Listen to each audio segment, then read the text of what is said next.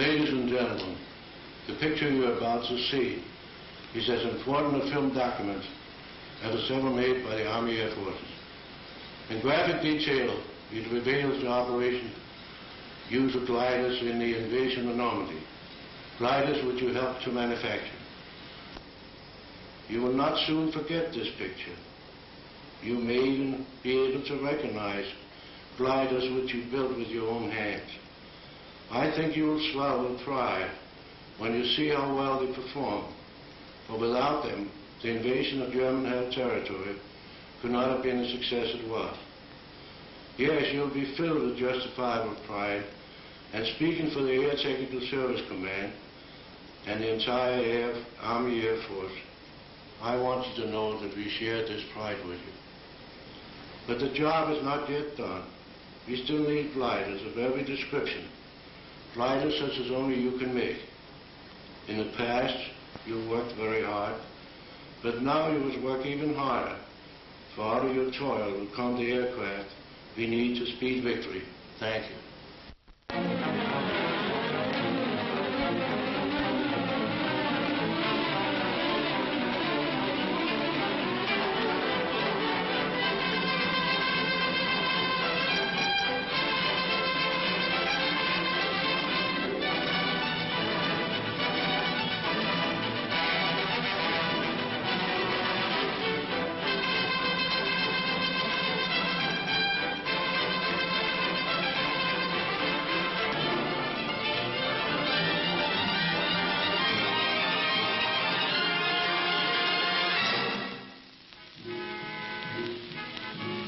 This is the story of the operation which began the assault on the continent of Europe.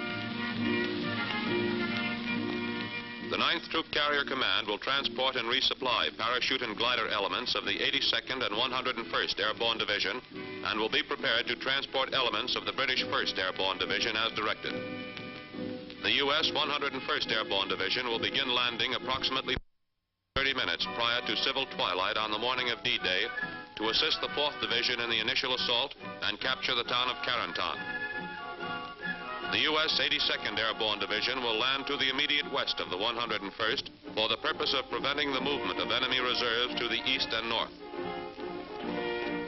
Simple, isn't it?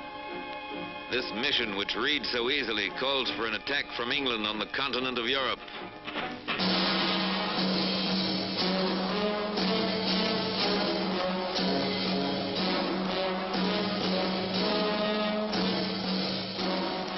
Festung Europa, walled in by the formidable defense in depth of the Atlantic Wall.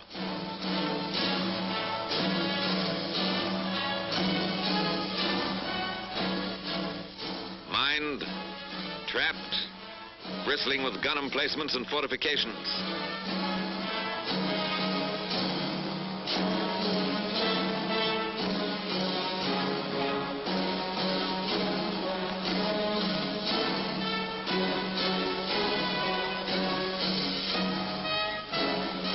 An impregnable barrier, said the Nazis.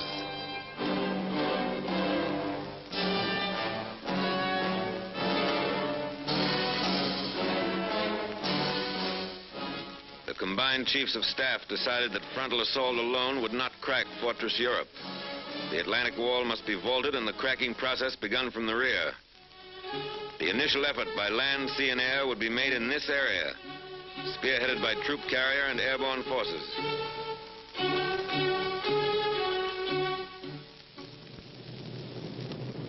But before the D-Day, there must be a number of lesser D-Days. The first large-scale airborne operation was performed in conjunction with the assault on Sicily, 10 July 1943. Taking off from fields in Africa for dropping zones in Sicily, troop carrier units transported by glider and aircraft, units of the 1st British and the U.S. 82nd Airborne Divisions. Almost a year before this operation, a troop carrier group transported a parachute infantry battalion from England to start the invasion of North Africa. But the invasion of Sicily was the first real test for troop carrier units, which had trained in maneuvers in Texas, the Carolinas, and England.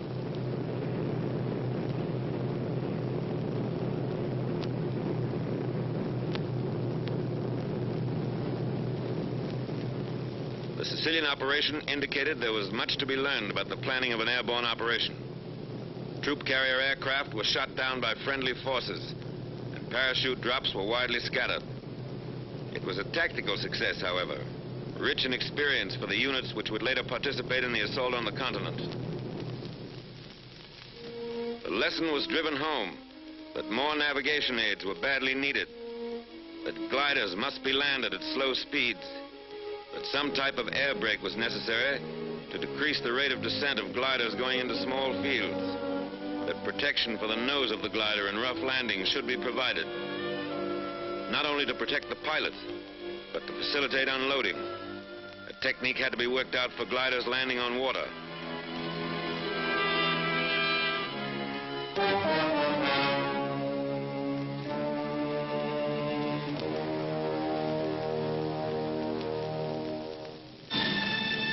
To the lessons of Sicily was added the experience of the highly successful operation in the Markham Valley of New Guinea, in which troop carrier and airborne forces showed the practicability of a well-planned daylight operation.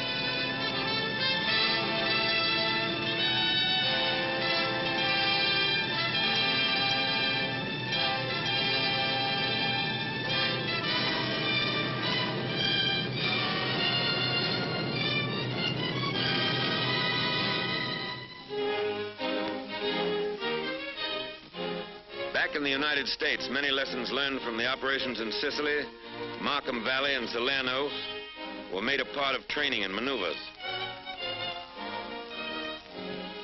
The Griswold nose was developed to protect the glider in rough landings. A parachute arrestor was adopted to permit landing the glider in restricted areas.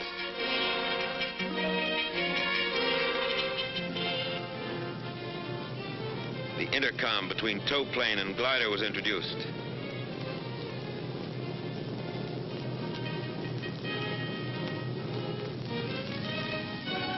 Blitz landings were out.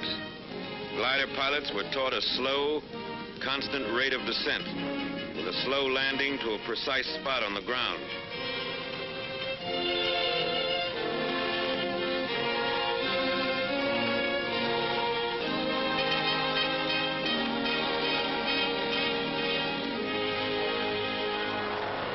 Many types of combat aircraft were suitable for towing the CG-4A glider.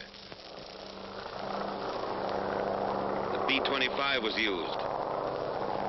The P-38 performed its task well.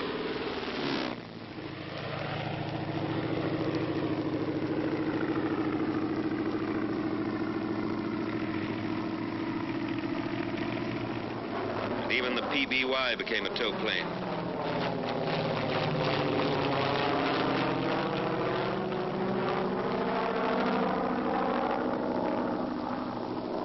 Note the takeoff of the PBY before the glider.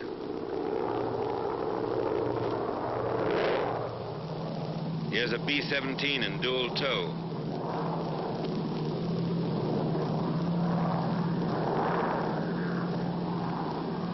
And a triple tow by a C-54.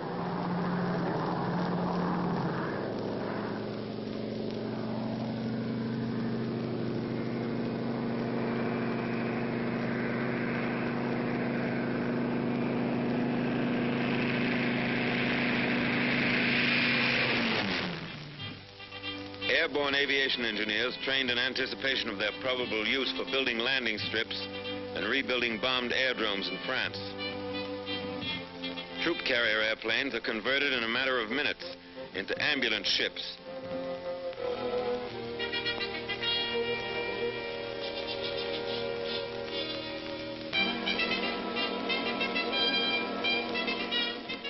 And from lessons learned overseas, grew the doctrine expressed in War Department Circular 113, employment of airborne and troop carrier forces. Doctrine was put into practice, and Circular 113 became the blueprint for all future airborne operations. Airborne and troop carrier units are theater of operation forces. Their employment must be an integral part of the basic plan made by the agency directing all land, sea, and air forces in the operation. The coordinating directive must be issued in time to allow realistic preparation and training by troop carrier and airborne units for the specific operation. Airborne troops must be employed in mass, and the bulk of the force landed in as small an area as possible. The use of highly trained Pathfinder teams dropped in advance to mark dropping zones and glider landing zones is essential. Procedures must be prescribed which will ensure that troop carrier aircraft on course at proper altitudes and on correct time schedules are not fired upon by friendly forces.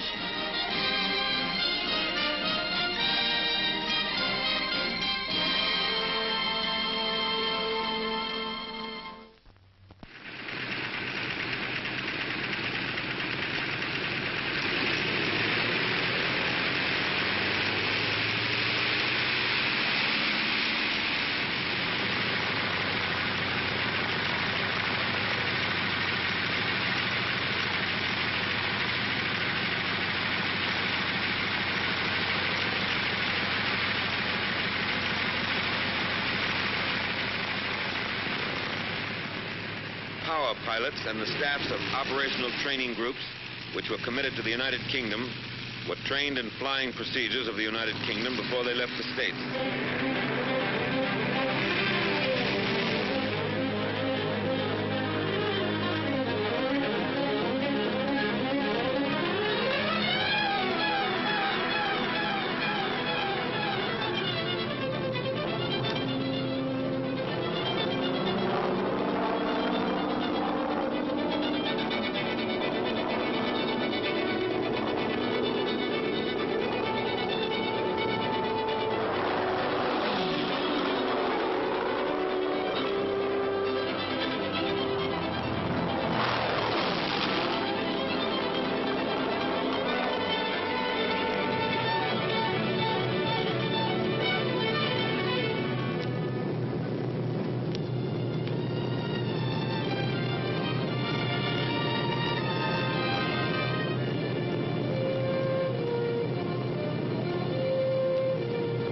Low flying was emphasized, designed to prevent early detection by the enemy.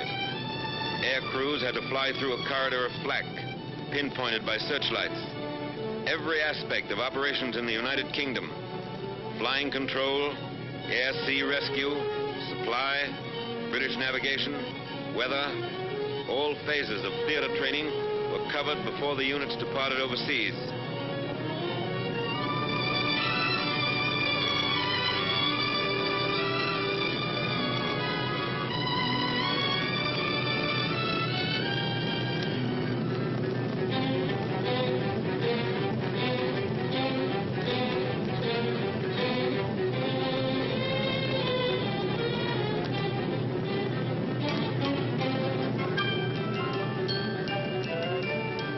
Maneuvers ended with gliders landing in small fields, similar to the potential landing zones in France. Live loads are in the gliders.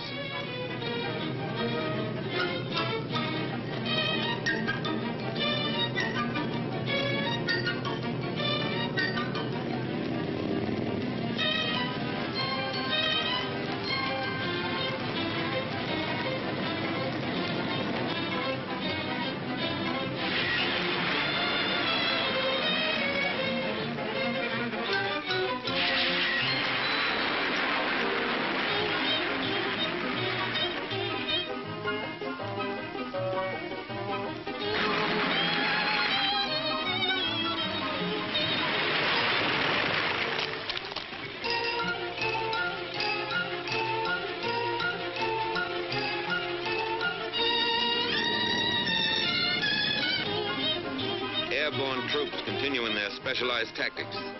Glider pilots are trained to stay in action with them until evacuated.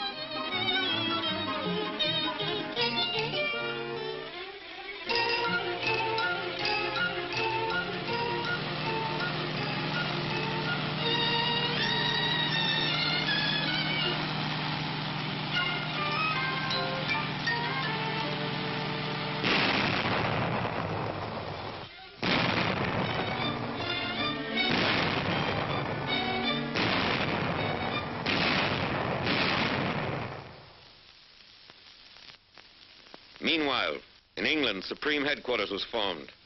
The planning phase changed to the manning phase.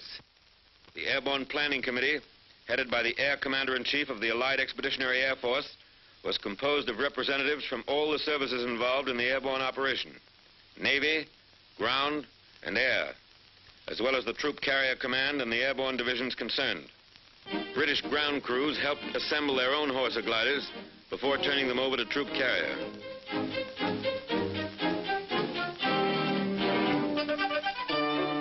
This British Horsa now belongs to the 9th Troop Carrier Command.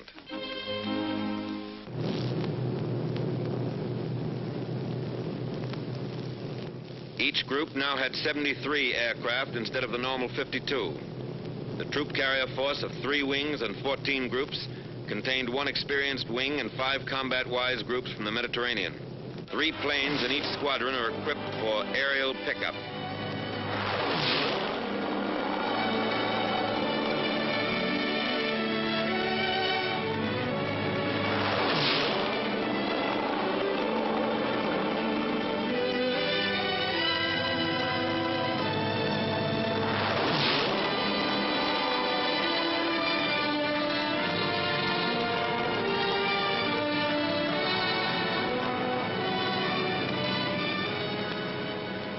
Coordination between ground and air is necessary for accuracy in delivery of resupply containers.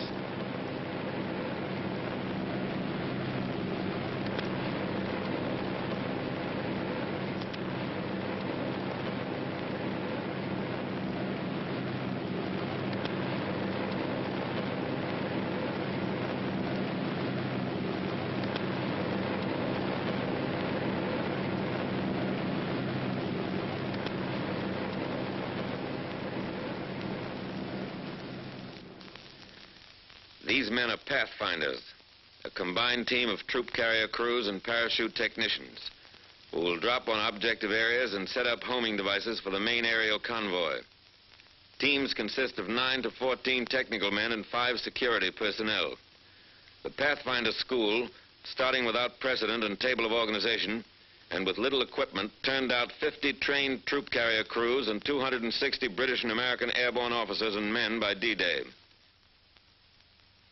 Pathfinder airplanes were equipped with every navigational aid used by troop carrier, and the flight crews and airborne teams received 30 to 60 hours training in their use, both in the air and on the ground.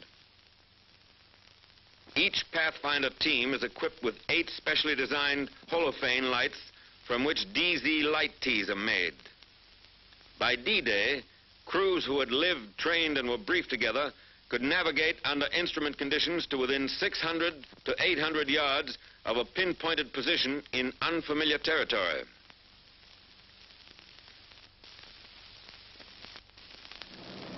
From March through May, 35 lower echelon and 3 full-scale command exercises were held, culminating in a full dress rehearsal for the operation against the continent.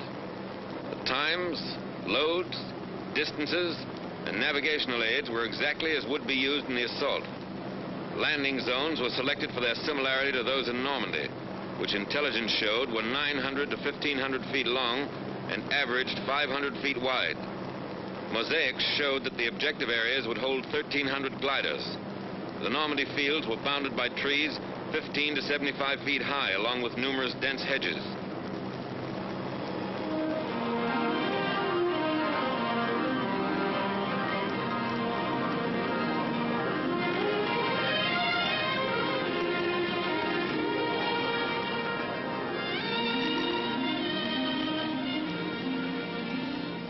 Glider pilots were allowed to choose their own fields, and release was made at heights from 800 to 1,000 feet.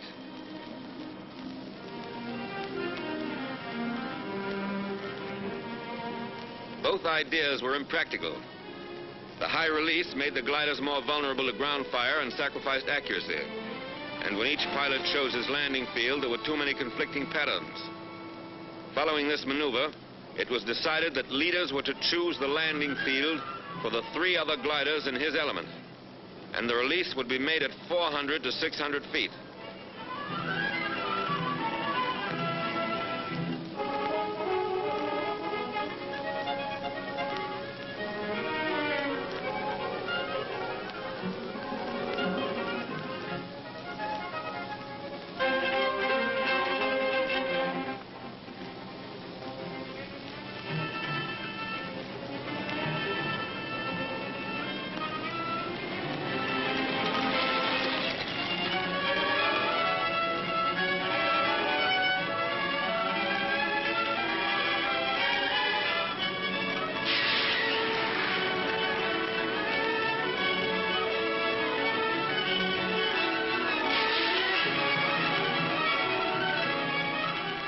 If fields small enough for practical operational training are used, there are certain to be crack-ups.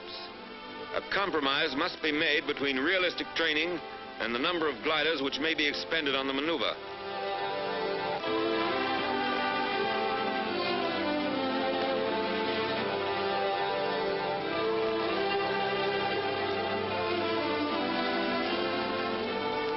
One reason the percentage of Horsa crack-ups was to be so much higher in the actual operation was that a sufficient number were not available for extensive practice in full-load landings into small fields.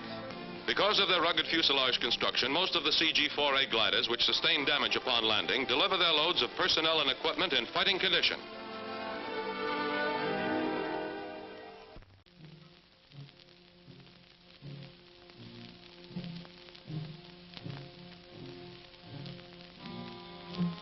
Airborne infantry file into buses for their last land-borne ride until D-Day.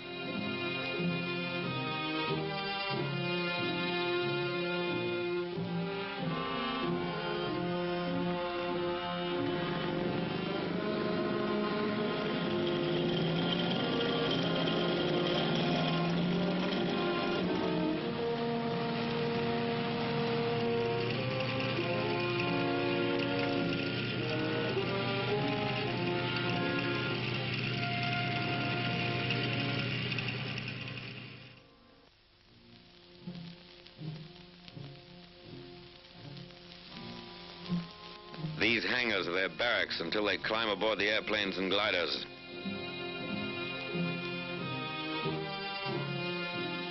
New equipment is issued.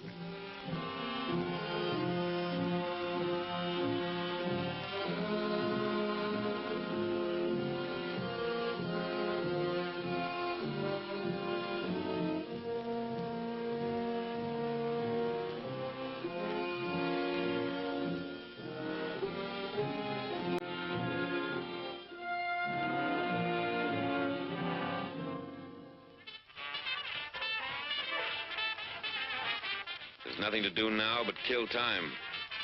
Nothing, that is, but to keep at the peak and to wait orders.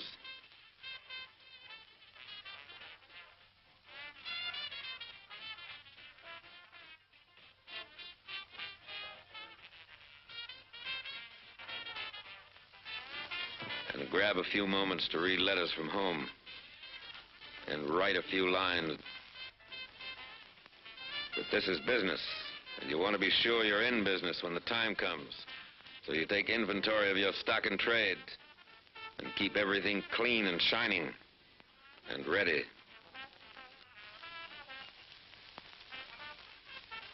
Overnight, the ships blossomed out in their new war paint. On D-2, invasion markings were applied. Another lesson from Sicily.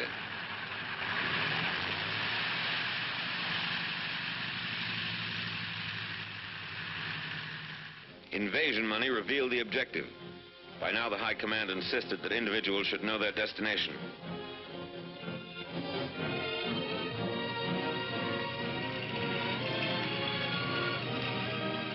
Hours before takeoff time, parapacks were assembled and delivered to the C-47s.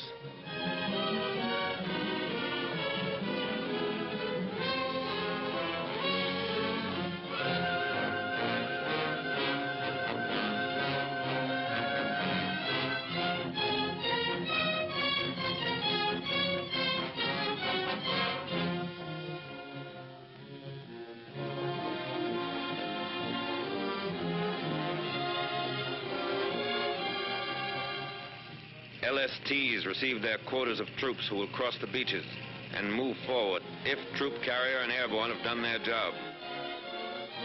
One glider regiment of the 101st was to go in by boat, as were some attached and supporting units of both divisions. The lift, or the required aircraft and gliders, was not available to put them in by air as early as needed. D-Day -1, and time narrows down. Gliders for the first night's operation are assembled for the takeoff. Glider pilots are told to assemble at division headquarters after landing for evacuation to England. An airborne general has a final talk with his men.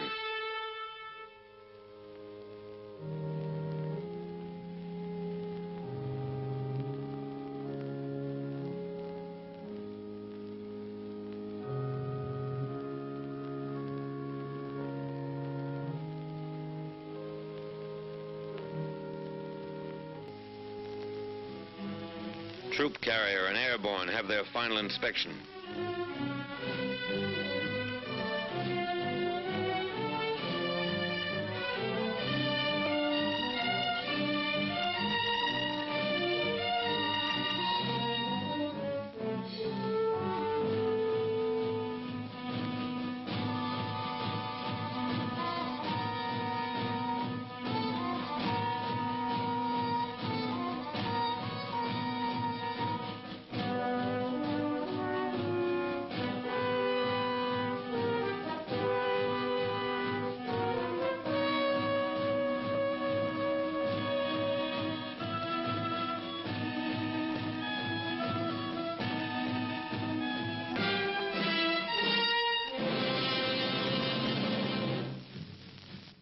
More than a dozen fields, paratroopers march to their ships.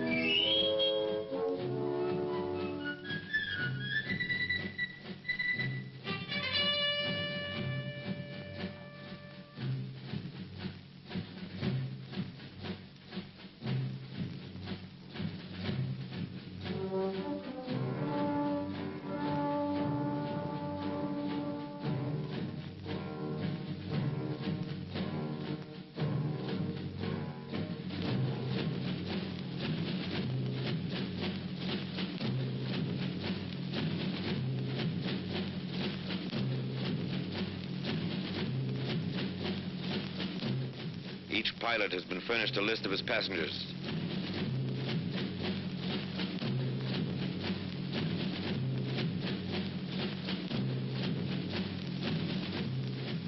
Parapacks are checked.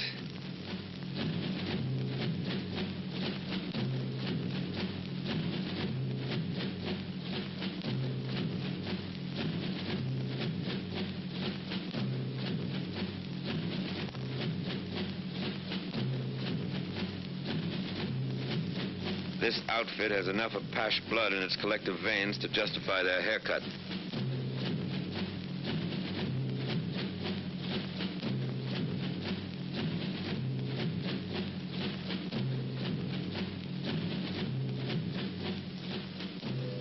There is a message from the Supreme Commander.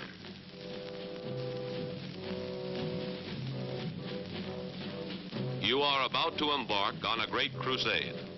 The eyes of the world are upon you, and the hopes and prayers of all liberty-loving people go with you.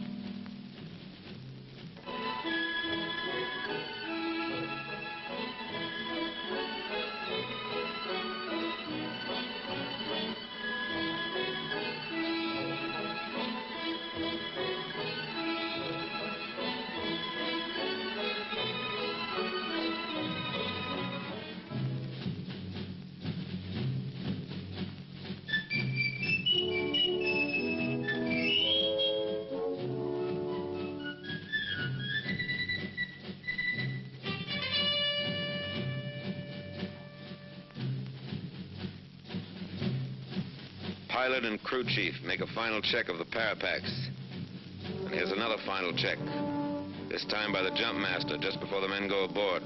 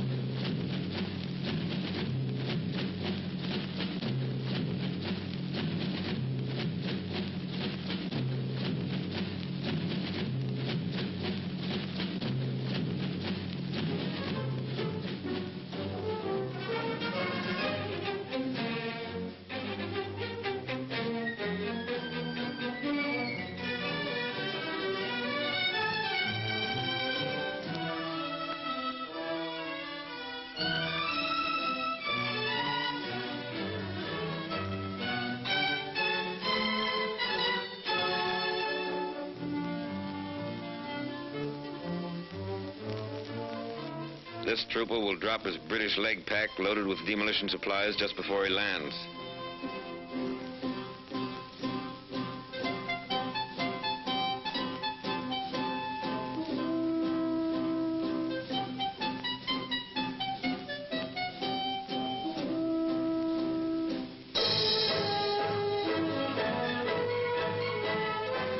At dusk, Pathfinder teams board the ships that will show the way into enemy territory.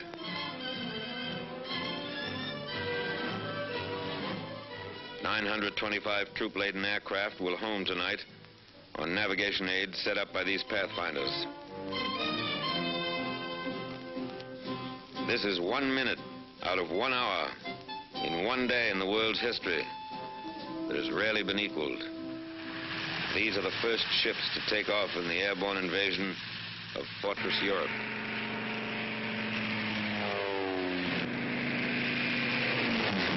First Pathfinder ship is airborne at 21:54.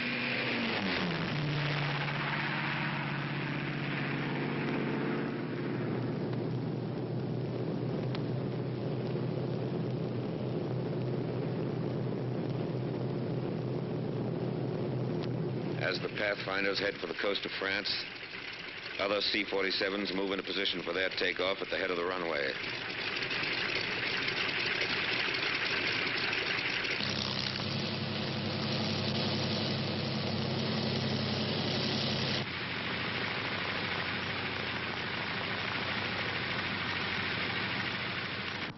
Minutes after the Pathfinders take off, the first serials of C-47s follow on the invasion path.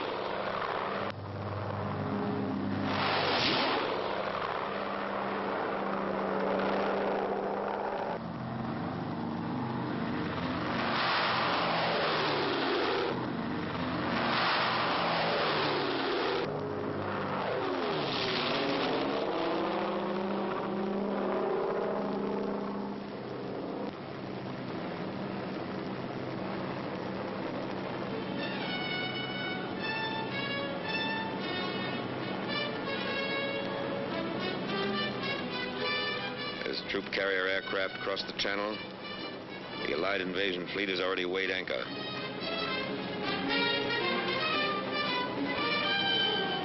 Sealing had been forecast as 3,000 en route, clearing at DZ, but actually is variable, 500 to 1,000. Visibility is poor. Stand up. Hook up.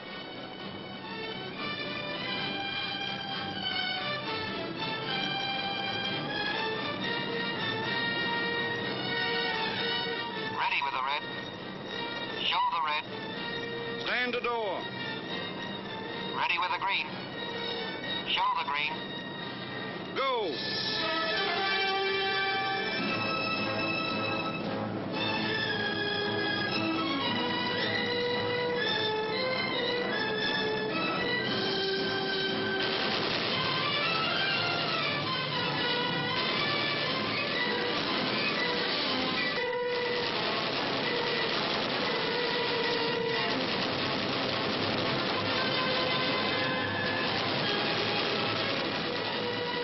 The unit landed squarely on the German 91st Infantry Division and other enemy troops.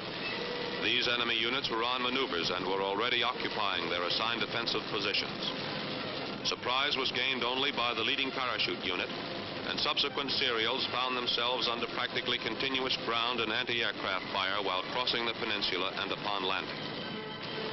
821 airplane loads, 13,000 paratroops were delivered into DZs in less than 2 hours.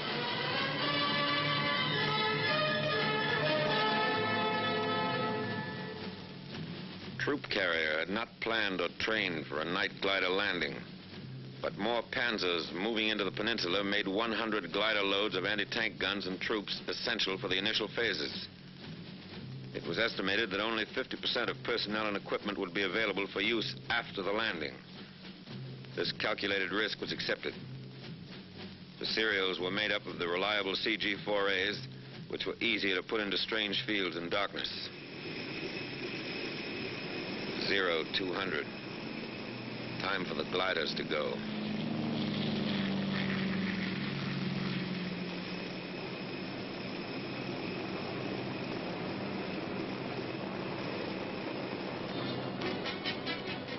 Cloud, approaching LZ. Roger. Okay, cut loose. Roger. So long.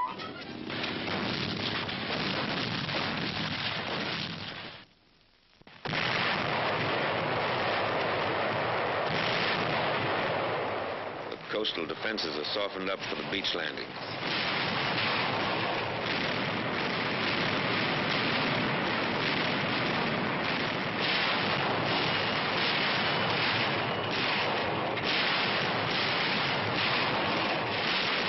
Daybreak. The naval bombardment continues.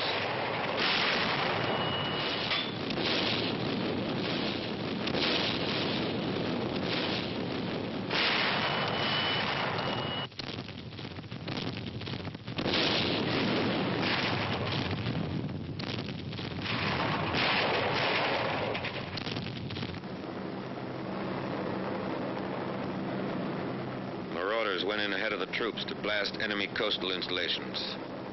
Priority number 1, air supremacy, had been obtained a long time before D-Day. The 8th and 9th Air Forces had accomplished that. Standing offshore, the invasion craft wait as Allied planes blast the coast.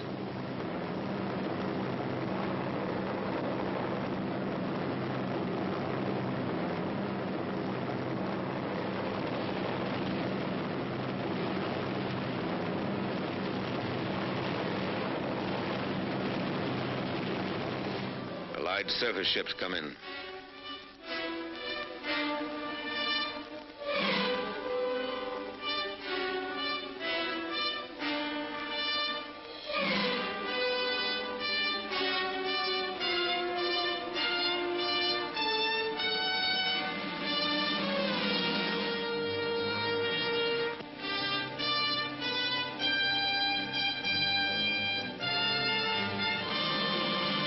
Go on to the next phase, the bombing and crippling of roads, bridges, waterways, railheads, the isolation of a battlefield. And the battlefield is isolated. No German reserves come through to the coast in any strength. The beachhead holds and grows as the Air Force piles up a record number of sorties.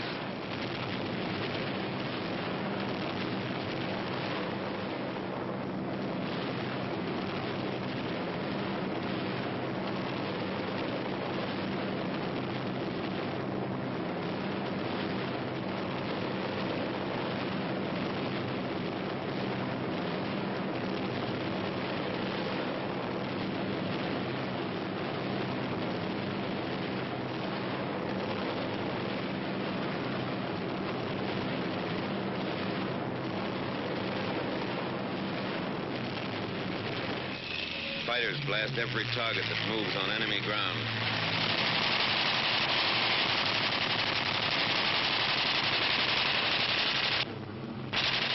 Any target of opportunity is legitimate prey.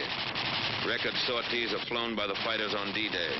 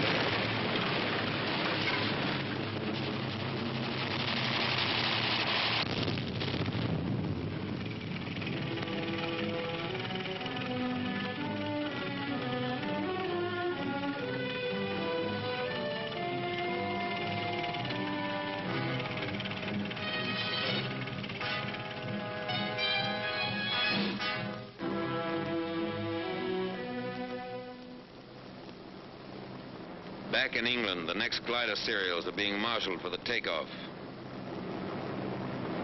The C-47s are doing double duty. Back from the paratroop drops, they're ready to take off with gliders. Dual tow had been practiced in the States, but it was not used in this operation due to the extra time necessary for air assembly and to the additional marshalling space which it would require on the aerodromes.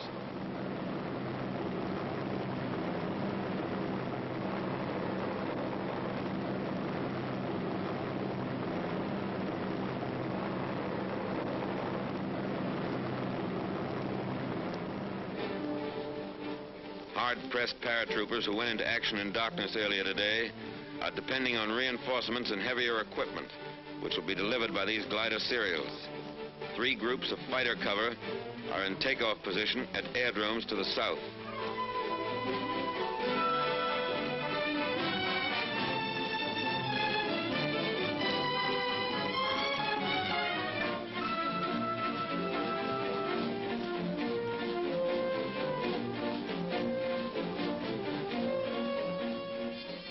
A coordinated British effort was made simultaneously by the British 6th Airborne Division, transported by RAF 38 Group on objectives around Caen.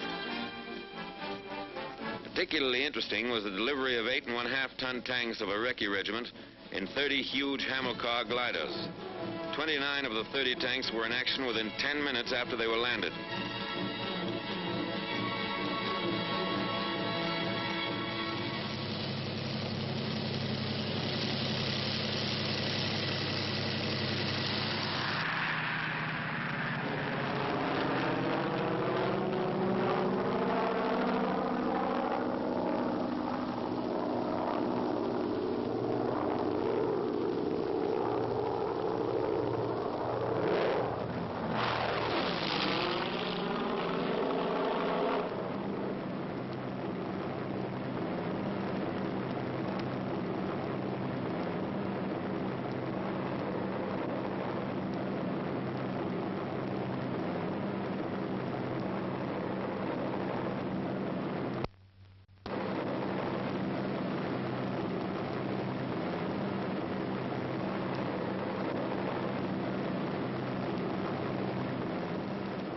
Air superiority makes possible this daylight operation.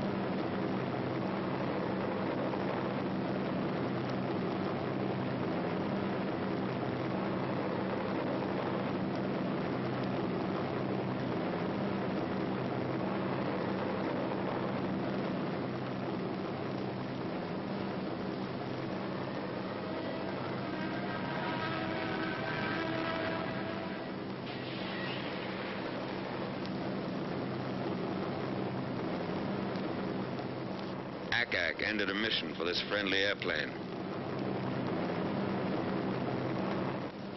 Two-way traffic, and it's congested.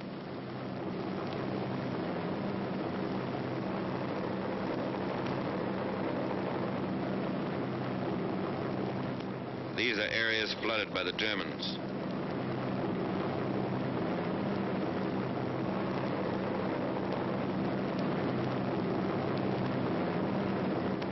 Parachutes and gliders from the previous serials.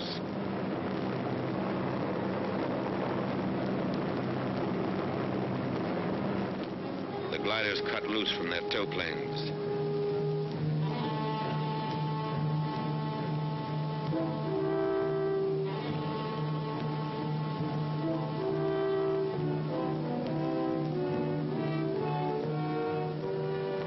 We have fighter cover all the way to the landing zone. Not even a lone German fighter was able to sneak through.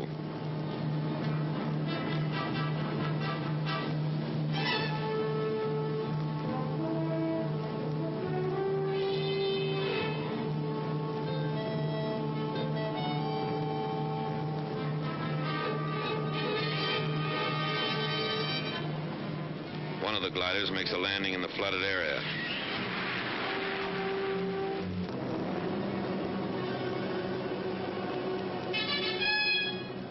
Here are the staked fields intelligence warned us about. The traps consisted of poles 12 to 15 feet long.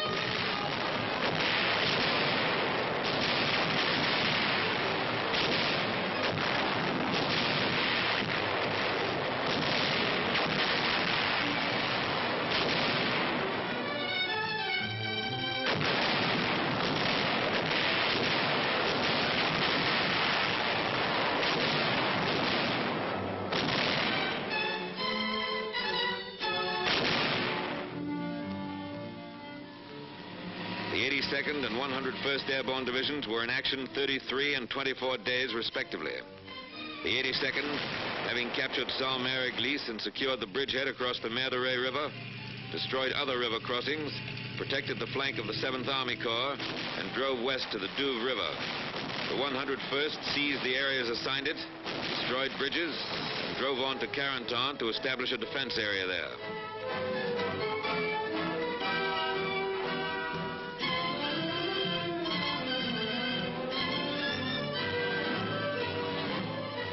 Troop carrier, the commanding general of the 82nd Airborne Division sent this commendation.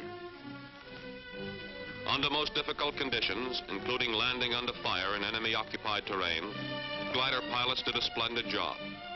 On the ground, they rendered most willing and effective service, providing local protection for the division command post during the most critical period when the division was under heavy attack from 3 sides. Please express to all elements of your command who brought the division in by glider or parachute, or who performed resupply missions for us, our admiration for their coolness under fire, their determination to overcome all obstacles, and for their magnificent spirit of cooperation.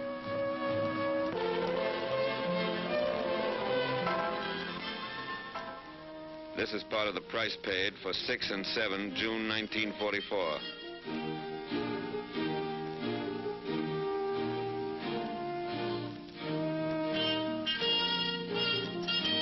$1,662 troop carrier airplanes were dispatched in the first 24 hours of the assault. 43 were lost and 311 damaged by small arms fire. A lot happened here that cameras could never get. But a corporal with the Pathfinders remembers. We were covering the landing of the first bunch of gliders. We were pinned down by German fire across the field. As the men came running out, they stepped right into it and started to drop all around us. A German cannon blew one glider right apart. A veteran glider pilot. A night glider operation means more landing casualties and extreme difficulty in unloading. It is certainly not desirable if a dawn or dusk landing is at all practicable. A power pilot. I flew in a parachute serial the first night, and the navigation aids really worked. But I couldn't see the light T, which was supposed to be on my drop zone. A War Department observer who entered combat with one of the airborne divisions. Troops were dropped generally in the vicinity of the DZs, but were badly scattered. It appears that prearranged supply systems are not flexible enough for airborne combat. Supplies should be dropped as called for by local commanders rather than dropped en masse. Large-scale parachute resupply drops are wasteful and should be restricted to emergencies. More attention should be paid to switching over to ground supply as soon as possible. A troop carrier liaison officer. Our Pathfinder teams, in 2 cases I know of, suffered heavy casualties. The light Ts, which we expected so much help from, were only 10% operational due to enemy fire. 50% of the resupply drop landed in enemy hands. Communications didn't exist to advise later serials of changes in the enemy situation. Troop carrier operations and communications personnel should move with the first parachute or glider units. 89% of the horses and 50% of the wackos crashed in landing. But 75% of personnel and equipment were ready for combat.